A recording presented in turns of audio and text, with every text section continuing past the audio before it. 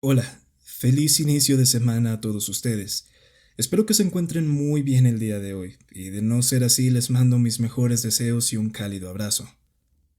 Verán, en esta ocasión les traigo un relato muy especial y peculiar. Lo digo porque es la primera vez que escucho un relato que involucra a dos leyendas de Latinoamérica.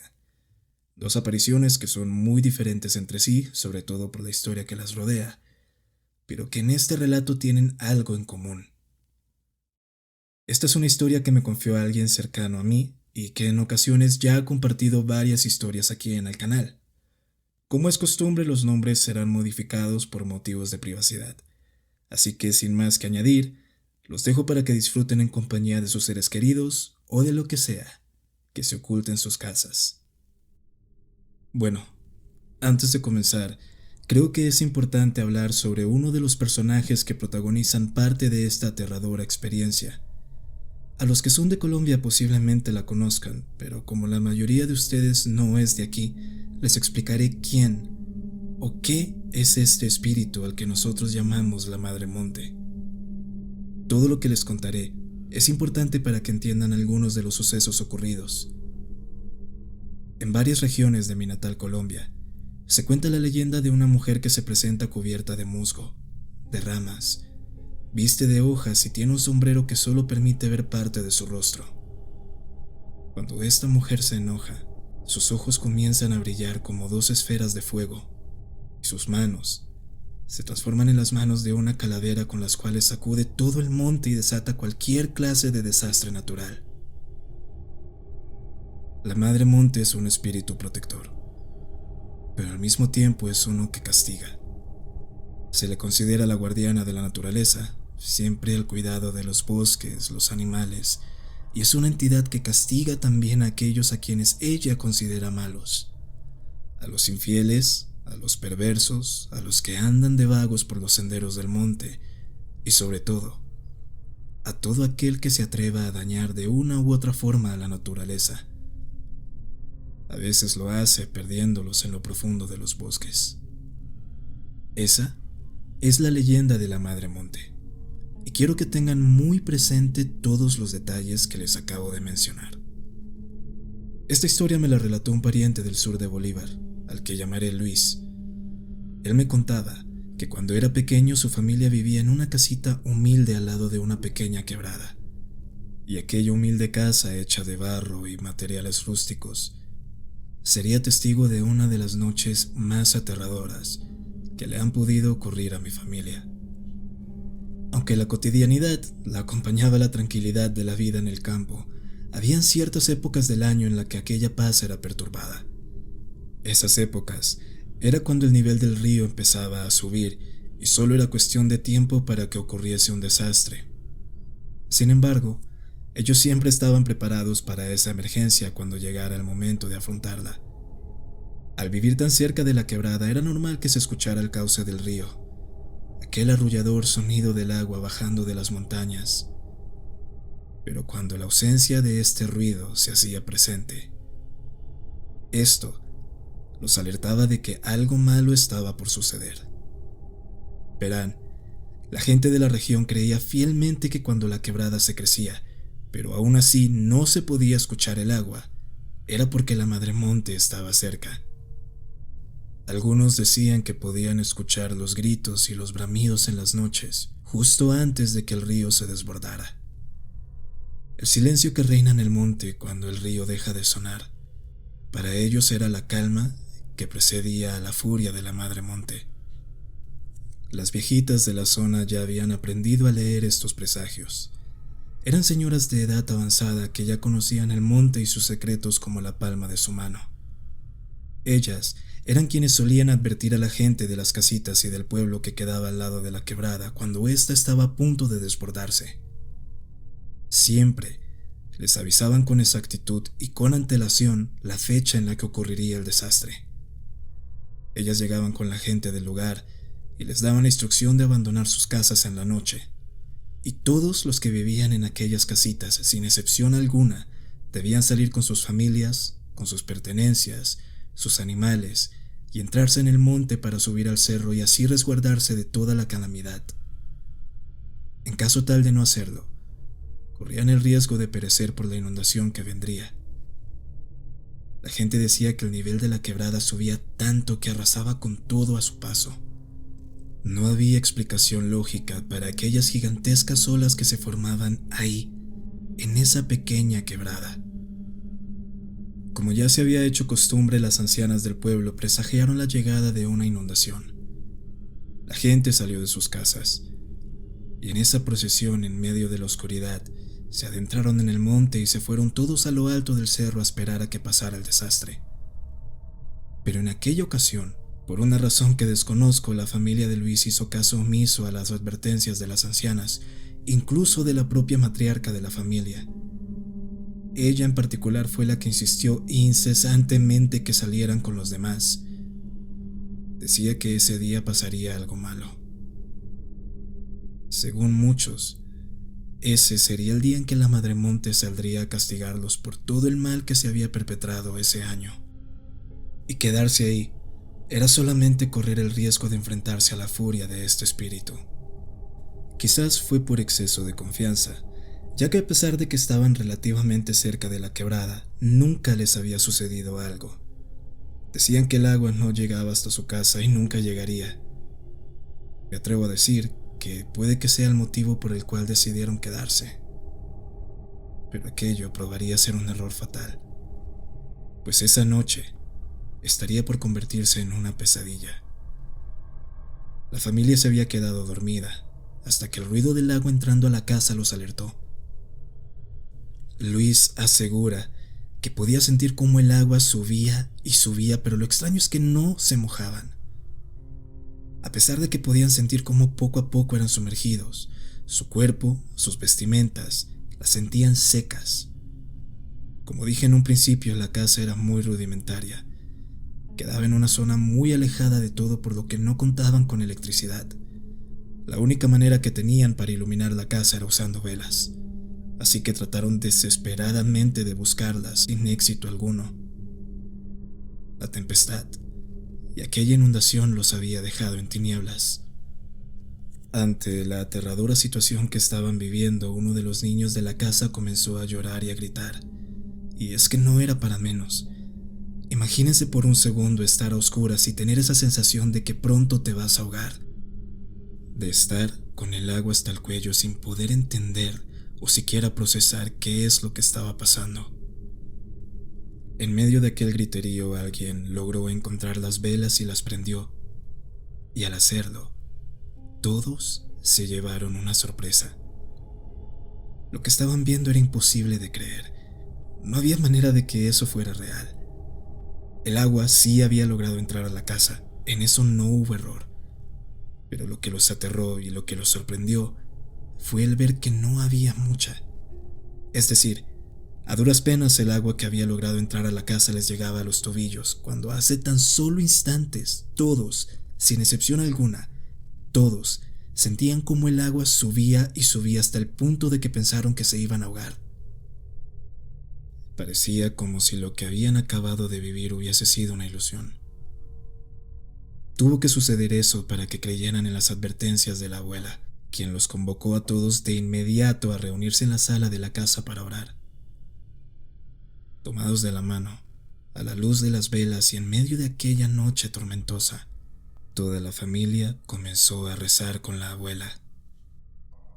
San Isidro Labrador, ejemplo de vida entregada al Señor, te pedimos tu intercesión ante Dios para recibir la lluvia en nuestros campos y la protección de nuestras cosechas, para que de esta manera podamos obtener el pan nuestro de cada día para la gloria de tu santo nombre. San Isidro Labrador, ejemplo de vida piadosa y devota, te pedimos también tu intercesión ante Dios para recibir la lluvia en nuestras ciudades. Protégenos de las inundaciones, y que de esta manera se purifique el aire para gloria de tu santo nombre. Gracias a Dios Padre, tú que eres infinitamente misericordioso y vives y reinas por los siglos de los siglos. Amén. En el momento en el que empezaron a rezar, el viento trajo consigo aquellos gritos y lamentos provenientes de la noche. Decían que era la Madre Monte, que después de todo había venido a castigar a aquellos que la ofendieron con sus acciones. En medio de esos rezos y aquellos gritos que venían de afuera, un lamento peculiar cortó el viento como una bala. Aquel era distinto a los que ya se estaban escuchando.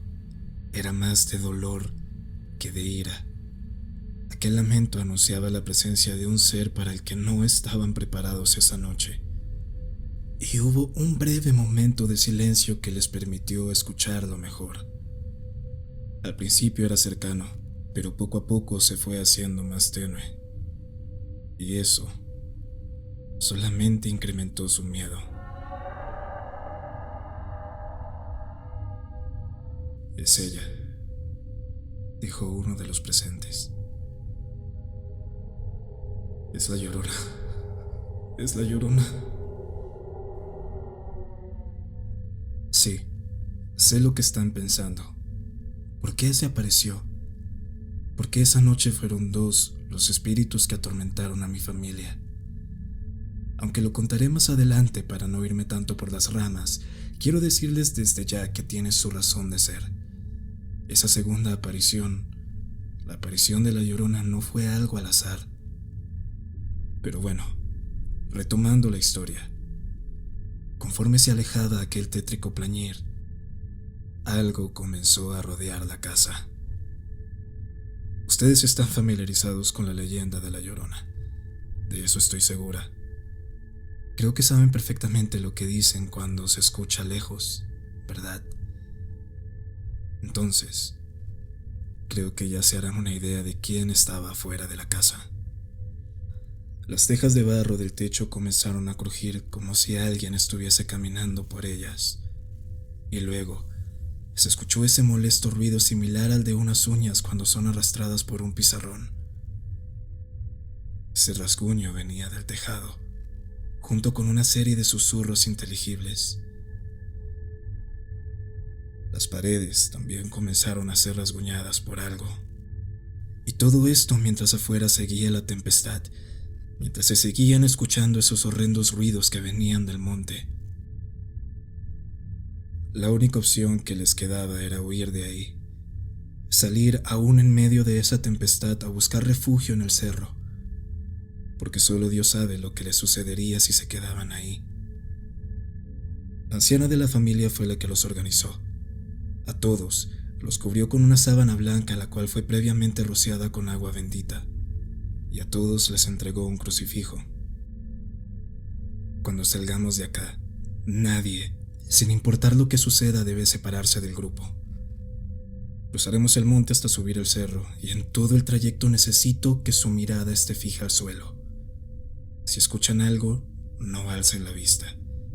Si sienten cosas que los llaman, que los tocan, por favor, no alcen la vista. Tómense de las manos y no se vayan a soltar, porque lo más probable es que se pierdan. Esto es lo más probable que pase. Terminó de decir la abuela. Las instrucciones fueron claras. Salieron de aquella pobre casa y con la mirada fija al piso. Mientras iban caminando, escuchaban aquellas espectrales voces y lamentos que retumbaban en la oscuridad del monte. Todo iba acorde al plan, pero para su mala suerte, uno de los primos que venía hasta atrás, en determinado momento del trayecto, se soltó, separándose así del grupo. La familia no se dio cuenta hasta mucho más adelante, casi llegando ya al cerro, y fue cuando alguien llamó la atención de todos al remarcar que faltaba una persona en la fila. Julio no está. Julio se soltó, se nos perdió. ¿Saben qué era lo problemático de todo eso? Es que nadie podía devolverse por él en ese instante. No solamente porque había un desastre natural, sino también porque habían espectros sueltos en aquel monte que los estaban buscando. Estaban obligados a dejar a Julio a su suerte. En ese entonces Julio tenía 22 años. Ya era un hombre hecho y derecho ante los ojos de todos. Sabría cuidarse solo y además el clima parecía empeorar. Es por eso que la familia optó por ir a buscarlo tan pronto se calmara todo, y con el primer rayo de sol bajaron el cerro a ver si encontraban a Julio. No les tomaría mucho dar con él al lado del río bajo una roca, y aunque estaban aliviados de haberlo encontrado, los aterraba el hecho de que él estuviera en ese lugar. Y es que no se podía explicar por qué, si se supone que la zona en la que él fue encontrado estaba completamente inundada la noche anterior. Y al tratarse de un desbordamiento, créanme que una persona normal no hubiese sobrevivido a eso. Es más, posiblemente ni lo hubiesen encontrado. Julio no entró en detalles sobre lo que había sucedido. Lo único que reveló es que algo lo alejó del grupo y lo perdió en el monte. Ese mismo algo fue lo que lo dejó tirado a su suerte cerca de aquella roca. Lo que sea que hubiese pasado esa noche, lo que sea que hubiese visto Julio, lo dejó traumado por varias semanas, hasta que finalmente abandonó ese lugar y se mudó a la casa de mi abuela. Pero, ¿por qué él? De todos los que estaban ahí, ¿por qué se llevaron a Julio?